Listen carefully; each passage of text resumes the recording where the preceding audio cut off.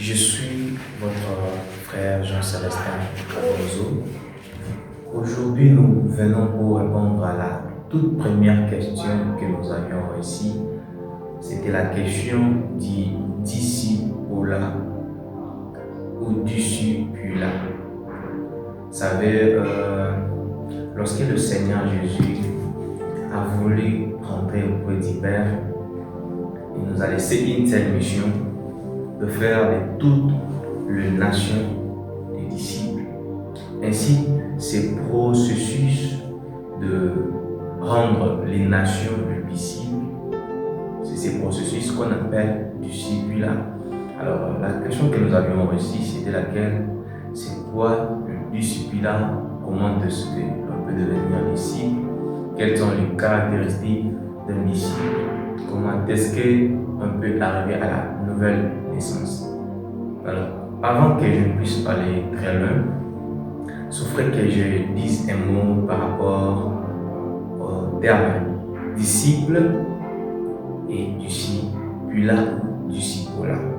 En fait, le terme disciple vient du latin discipulus et en grec c'est mathetes. Tous ces mots, leur condensé signifie un élève, un apprenti, un apprenant. Ce terme apparaît plus de 250 fois dans les évangiles ainsi que dans les actes des apôtres. Alors, qui est réellement un disciple?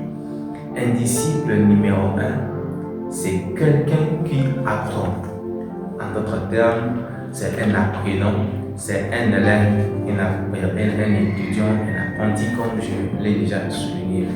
Mais en dehors d'être un étudiant, un apprenant, un disciple, c'est aussi quelqu'un qui est en train de suivre la vie, la doctrine et l'art de son maître.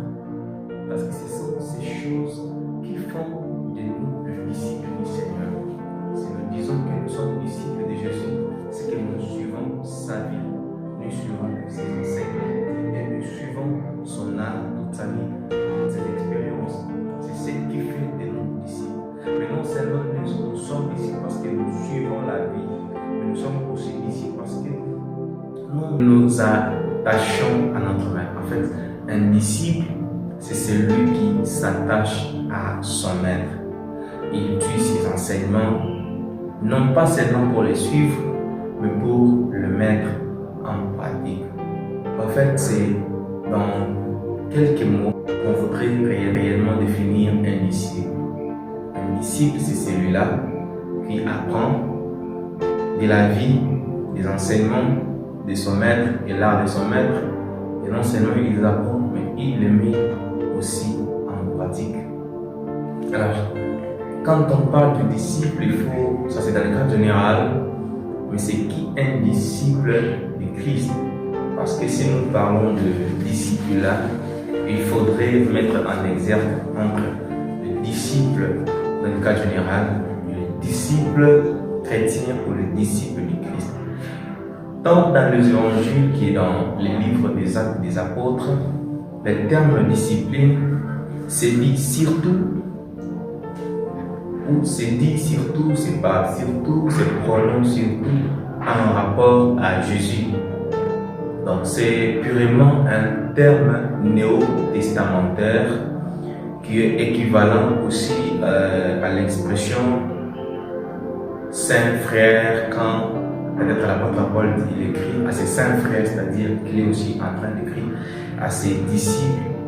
Quand dans le Nouveau Testament on parle des témoins, vous êtes mes témoins, on est aussi en train de parler des disciples. Donc le terme disciple chrétien est l'équivalent dans la Bible d'un témoin, c'est l'équivalent dans la Bible d'un saint ou d'un frère. Et en réalité, le disciple de Christ, il est avant tout un chrétien qui suit Jésus selon le modèle divin. Alors, d'après mes petites recherches, j'étais arrivé à comprendre que Daniel Hébert définit le disciple de Christ comme celui qui s'attache non seulement à l'enseignement du maître, mais surtout à sa personne pour devenir son adepte, marcher à sa suite, lui vouer une fidélité exclusive et même, dans certains cas, abandonner le foyer, c'est bien sa situation pour partager la destinée du maître. En d'autres termes, le disciple, c'est cette personne qui a accepté d'abandonner. Quand nous prenons l'exemple de Pierre, il a abandonné la pêche. On prend l'exemple de Matthieu, André et tout le monde.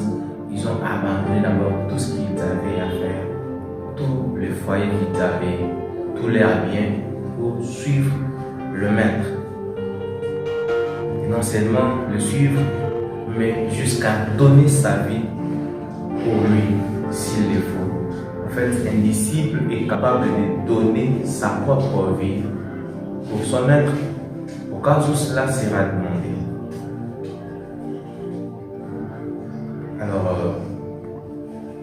et c'est ça, c'est que nous pouvons retenir par rapport au disciple. Mais c'est quoi en réalité le discipulat? Le terme discipulat ou discipulat tel que je vous ai dit, c'est un néologisme. En français, on appelle ça un barbarisme, c'est-à-dire un mot nouveau ou un mot ayant un sens